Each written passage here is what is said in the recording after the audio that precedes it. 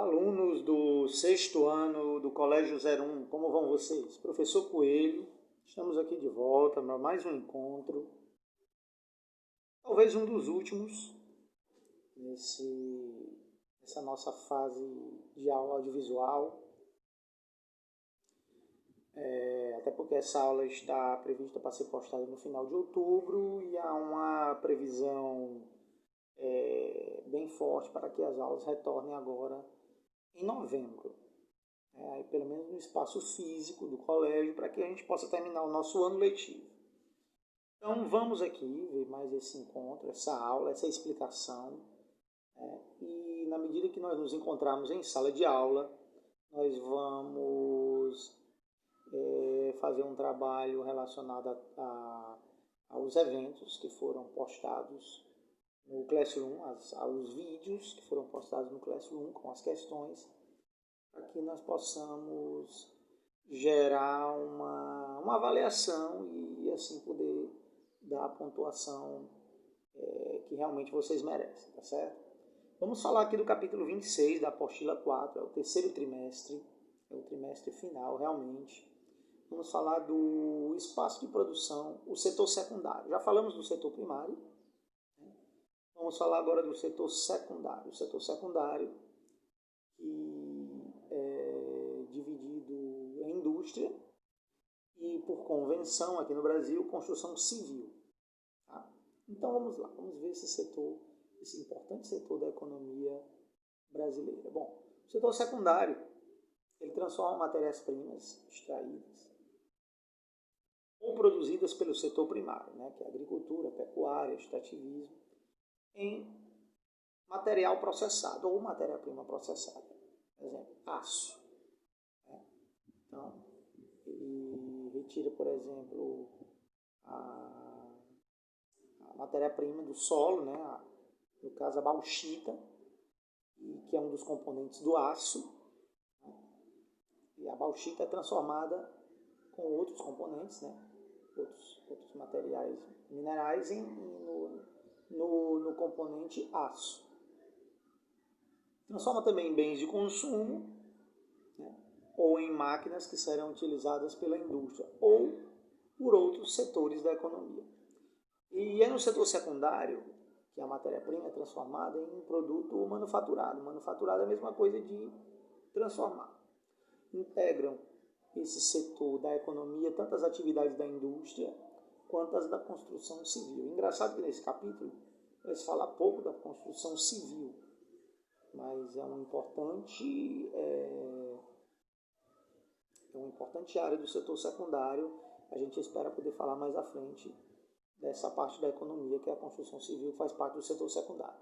E dentro do setor secundário, a indústria pode ser classificada em 3 tipos. A de indústria de base, indústria mais pesada, indústria de bens intermediários ou bens de capital, e indústria de bens de consumo. As indústrias de base, como eu disse, pesada, elas são a base para que outros tipos de indústria possam se desenvolver. É responsável por produzir matérias-primas processadas, como aquele exemplo que eu citei agora há pouco, transformar bauxita em aço. Para que elas ocorrem normalmente em siderúrgicas, metalúrgicas, mineradoras, empresas petrolíferas e de produção de energia. Outro tipo de indústria é de bens intermediários. É um tipo de indústria que é responsável por abastecer outros setores da economia, inclusive o setor secundário, com máquinas, peças, equipamentos que ela produz. Ela produz, por exemplo, peças para automóveis que são utilizados por outras fábricas. Uma peça só, essa peça, determinada peça de automóvel, ela serve para outro produto do setor secundário, que é o próprio automóvel. Por isso que se fala em bens intermediários. E, finalmente, os bens de consumo. É o tipo de indústria responsável por produzir diversos produtos que serão vendidos diretos para o consumidor final. Então, aquele automóvel que recebeu a peça, o fabricante compra algumas peças de algumas empresas e finaliza o veículo para vender para o consumidor. Então, o automóvel ele é considerado um bem de consumo. Mas os bens de consumo, eles podem ser duráveis ou não duráveis. Por exemplo, o automóvel é um bem durável. porque ele dura mais tempo. Um eletrodoméstico também é um bem durável.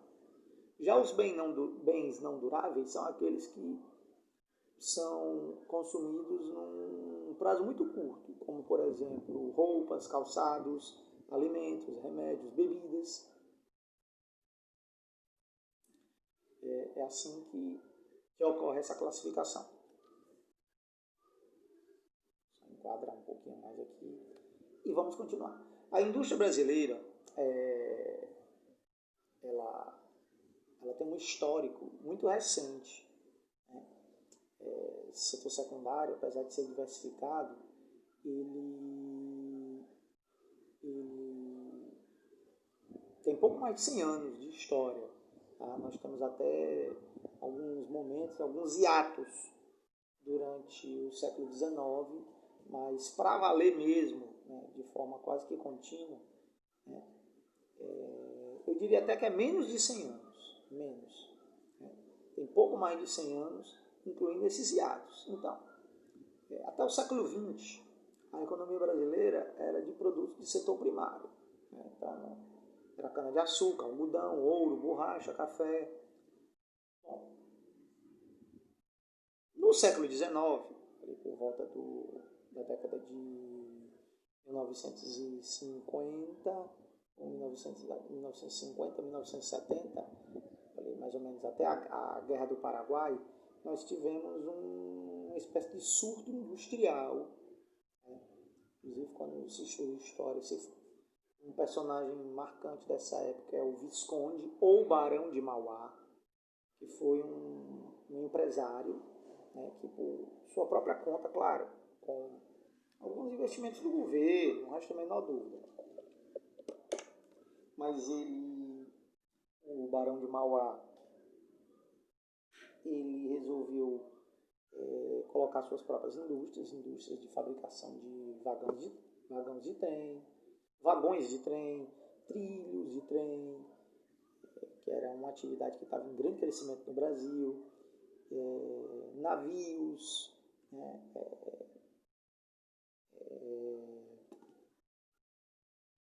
e produtos relacionados, né, produtos industriais relacionados a essas duas áreas de transporte. O transporte marítimo e o transporte ferroviário. Ele chegou, inclusive, e aí já é setor terciário, a criar um banco, o Banco Mauá. Mas esse surto durou, como eu disse, pouco tempo, poucos anos, cerca de 20 anos. Inclusive, ele coincidiu com o distanciamento do Brasil com a Inglaterra. Em história, vocês logo vão estudar isso. Houve um distanciamento do Brasil e Inglaterra nessa época, então o Brasil resolveu tentar dar seus próprios passos na indústria. Mas a Inglaterra voltou a se aproximar do Brasil no decorrer da Guerra do Paraguai, e essa aproximação fez com que a indústria brasileira arrefecesse novamente. Tivemos mais alguns surtos industriais, por exemplo, durante a Primeira Guerra Mundial, né? E aí nós já tínhamos algumas indústrias, mesmo que indústrias pequenas, como têxteis, né? E aí sabão, prego, parafuso, de alimentos. Ela deu um salto porque o Brasil foi um país que acabou tendo uma participação quase que só de finalização do evento. Então o Brasil ele pôde ser um exportador de alguns produtos, junto com outros países, ali por volta do ano de 1915 até 1920. Na década de 30, realmente, né, e aí coincide no governo do Getúlio Vargas, que começam a surgir as primeiras grandes indústrias e há um incentivo, não só um incentivo, há um investimento do governo. Indústrias como a Vale do Rio Doce, que já foi privatizada, né, hoje é a atual Vale, e a Companhia Siderúrgica Nacional. Né, elas foram fundamentais para o processo de industrialização do Brasil. E nesse caminho, e aí 2 décadas depois, vai ser criada a Petrobras, que é a indústria petrolífera brasileira. Mas note que isso aconteceu da década de 30 para cá, ou seja, na próxima década, nós estamos iniciando a década de 20, só na próxima década é que nós faremos 100 anos de industrialização, que é uma industrialização ainda considerada incipiente, né, de pouco tempo. E, inclusive, ainda com a forte presença estrangeira, a gente acaba realmente considerando a nossa industrialização incipiente. Fatores que interferem na localização das indústrias. Vamos lá. No Brasil, as indústrias estão concentradas na região sudeste. E isso acontece pois lá era mais provido de recursos quanto ao processo de desenvolvimento do país. Por exemplo, a industrialização brasileira, ela aproveitou muito tudo que foi instalado para a economia do café. Tanto os portos, né, no litoral ali de São Paulo, do Rio de Janeiro, como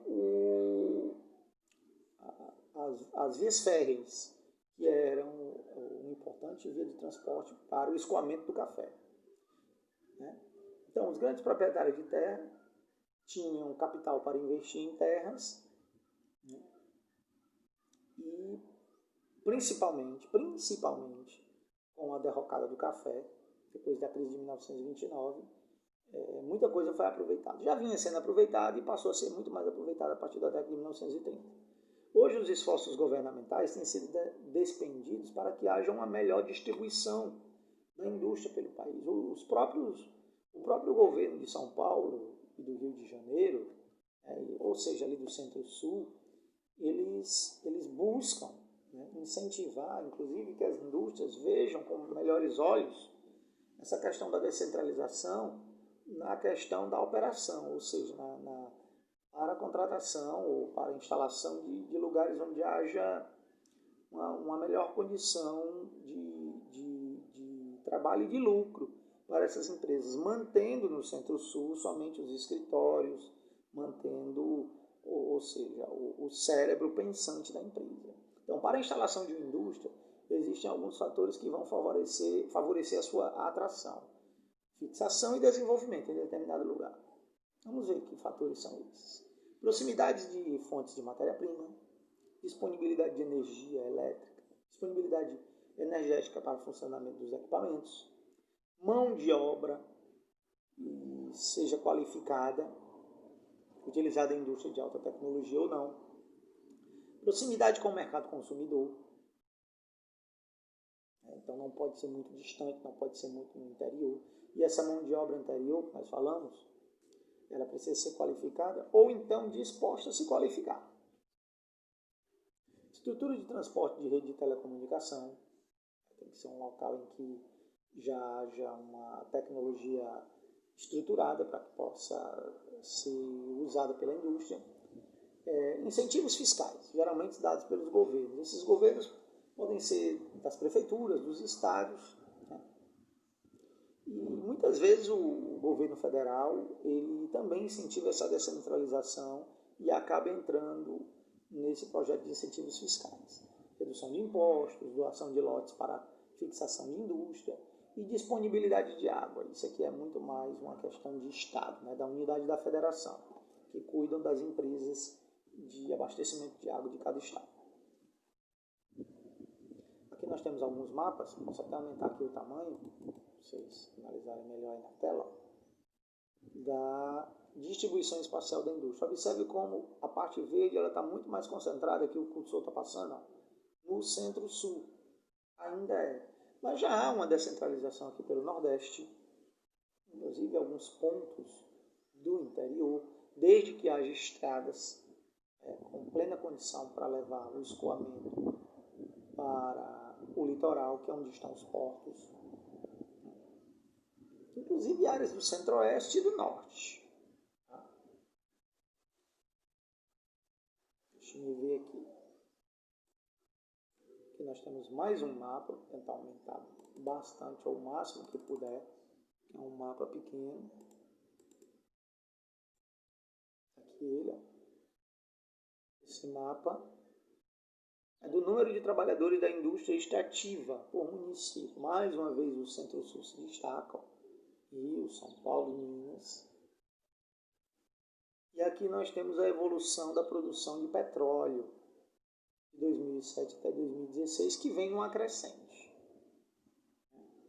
Vem numa crescente no Brasil, que deve se concretizar um dos países com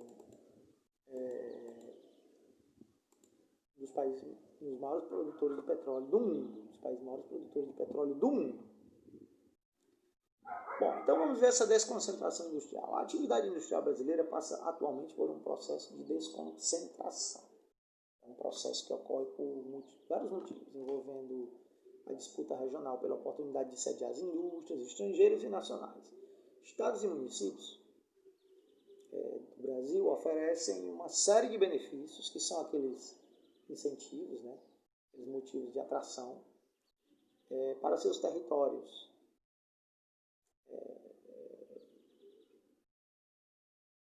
Para que essas empresas se instalem nas suas cidades e nos seus estados, de modo que gere emprego, renda à população, mesmo que esse emprego e essa renda não sejam plenamente justas, né? Porque, inclusive, muitas empresas se beneficiam da pobreza daquela região para pagar o mínimo possível, que é basicamente o salário mínimo. Assim, observamos o deslocamento industrial da região sudeste, dada a importância econômica de Rio de Janeiro e São Paulo, em direção à região nordeste, principalmente para as áreas próximas ao litoral, que é onde estão os portos. Nessa região da costa brasileira, o solo urbano é mais barato do que em outras urbanizadas do país. Além disso, os governos locais têm concedido isenção de impostos, a mão de obra é mais barata, que é disponível nas regiões metropolitanas de Rio e São Paulo. Aqui nós temos um fenômeno que vem acontecendo, um texto sobre o crescimento das cidades médias, que são cidades entre 100 e 500 mil habitantes. Nós temos várias aqui no Ceará, várias. Não é o caso de Fortaleza. Fortaleza já é uma grande metrópole, tem quase 3 milhões de habitantes. Mas são as cidades da região metropolitana, como Calcaia, Maracanaú, todas elas se enquadram nesse quesito aqui. Um pouco mais ao sul nós temos Juazeiro, também, que é uma cidade, Sobral, na região norte do estado, também se enquadra. E com elas, né, esse crescimento, vem os problemas também de uma grande cidade, de uma metrópole, né, de uma cidade que está crescendo para se transformar futuramente em metrópole. Tá bom? É um capítulo relativamente pequeno, vocês podem ver. Vou dar um pulinho aqui no capítulo vizinho. Né, para a gente ver aqui o que é que virá. Então, já que já se fala do setor terciário, a gente espera realmente que mais na frente, né, ou mesmo no 7º ano, quando vocês chegarem ao 7º ano, a gente possa falar melhor do setor da construção civil, que é um setor muito importante, um grande gerador de emprego. A construção civil, quando está em crise, sem dúvida nenhuma, o desemprego aumenta muito no país, sem dúvida nenhuma. Tá bom? Vamos voltar aqui para o início do capítulo, 6º ano. Bom, as questões já estão lá no Classroom, tá?